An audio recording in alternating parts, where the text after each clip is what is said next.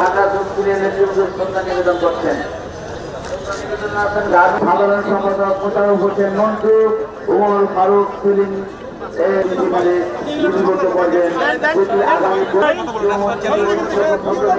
আপনারা এই এলাকার মুক্তিযুদ্ধ জাদুঘরের পক্ষ থেকে শ্রদ্ধা নিবেদন করা হলো। অসংখ্য ধন্যবাদ। এরকম একজন মানুষ কিভাবে আমৃত্যু দেশের প্রতি সমাজের প্রতি দায়বদ্ধ থেকে মানুষের জন্য কাজ করে গেছেন, বিশেষ করে তার প্রতি এটা একটা বড় সম্মান জানানো হবে। তার জীবনী পাঠ্যপুস্তকে অন্তর্ভুক্ত করার মধ্য দিয়ে আমরা এই দাবি জানাই। দেশবাসীর কাছ থেকে জাফরুল্লাহ ভাই যে ভালোবাসা পেয়েছেন, তিনি মানুষকে যেভাবে উজাড় করে ভালোবেসেছেন, দেশকে যেভাবে উজাড় করে ভালোবেসেছেন, মানুষও তাকে সেভাবে ভালোবাসা দিয়েছে। রাষ্ট্র সরকার বিশেষ কোনো পক্ষ তাকে কিভাবে দেখলেন এটা নিয়ে উনি মোটেই পরোয়া করতেন না, কারণ ওনার জায়গা ছিল যে সামষ্টিক কল্যাণে মানুষের স্বার্থে, গণমানুষের স্বার্থে তাকে যে সত্য কথা বলতে হবে, তিনি যেটা সঠিক মনে করেন সেটা তিনি পরিষ্কারভাবে বলতে পারেন। কোনো মৃত্যুকে আমরা মনে করি বিবেক জাগানোর একটা নতুন মানে তিনি বিবেকের অনুশাসন মেনে চলেছেন, ব্যক্তিগত ক্যারিয়ারের চাইতে সমাজের দায়িত্বটা পালন করেছেন, শাসকের ভ্রুকুটিকে উপেক্ষা করে জনগণের প্রতি কর্তব্যটাকে পালন করেছেন। ফলে তার দৈহিক মৃত্যু ঘটেছে, কিন্তু যে চেতনাটা তিনি আমাদের কাছে দিয়ে গেলেন সেই চেতনাটা আমাদের ধরে রাখতে হবে। একটা মৃত্যুই জীবনের শেষ নয়।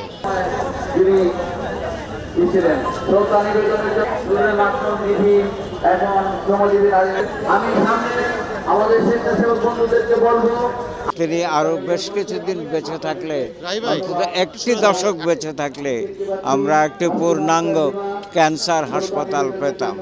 তিনি মানুষের নেতা, গণমানুষের নেতা, তার বিদেহী আত্মার মঙ্গল কামনা করছি। কিছু লোকের পক্ষ থেকে আমি তাকে চিনি আমার ছাত্র জীবন থেকে। ছাত্র আন্দোলন আমার সহযোদ্ধা, আমার মুক্তিযুদ্ধের সহযোদ্ধা। তিনি যখন বিলেত থেকে এসছেন মুক্তিযুদ্ধ সংগঠিত করতে, তখনও তার সাথে মিলে কাজ করেছি। ওনার মূল জায়গাটা আমার কাছে মনে হয় যে প্রবল দেশপ্রেমিক একজন মানুষ ছিলেন, এবং তিনি স্বপ্ন দেখতেন যেটা সেটাকে করে দেখানোর চেষ্টা করতেন। অনেকেই স্বপ্ন দেখে, সবাই করে দেখানোর চেষ্টা করতে পারে না। সেই জায়গা থেকে আমার কাছে মনে হয় যে আজকের প্রজন্মের তার কাছ থেকে শেখাটা খুব প্রয়োজন, যে অন্যায়কে অন্যায় বলতে পারা এবং এরকম বড় স্বপ্ন দেখে সে স্বপ্নটাকে সফল করতে পারা, যেটা আসলে ব্যক্তির জন্য না বরং দেশের মানুষের জন্য।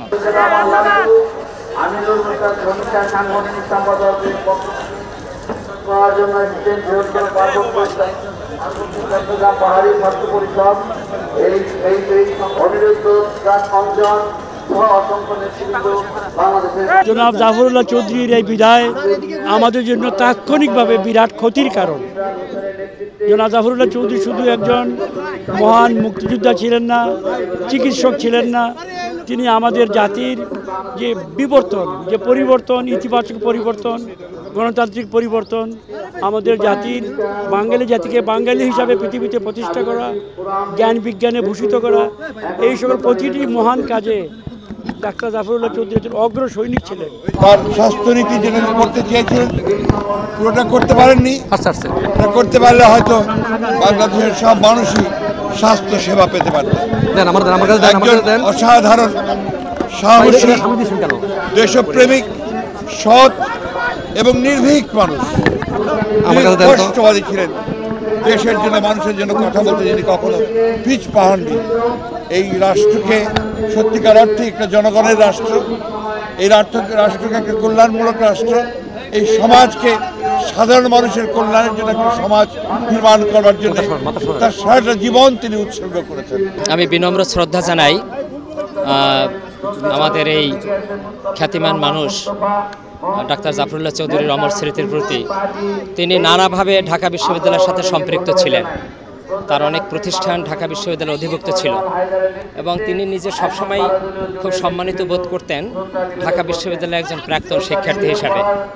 কেননা তিনি মূলত ঢাকা মেডিকেল কলেজের শিক্ষার্থী অবস্থায় তিনি ঢাকা বিশ্ববিদ্যালয়ের সনদপ্রাপ্ত এবং সবসময় খুব বিনম্র চরিত্রের অধিকারী ছিলেন। তিনি যে মহানুভবতা এবং যে মানবিক কার্যক্রমের দৃষ্টান্ত রেখেছেন সেটি আমাদের অনুকরণীয়, এবং সেটি ভবিষ্যতেও আমাদের নতুন প্রজন্ম এবং অনাগত প্রজন্মকে অনুপ্রেরণা দিতে পারে। মদিনের সহধর্মিনী ভাষা সৈনিক আব্দুল মদিনের সহধর্মিনী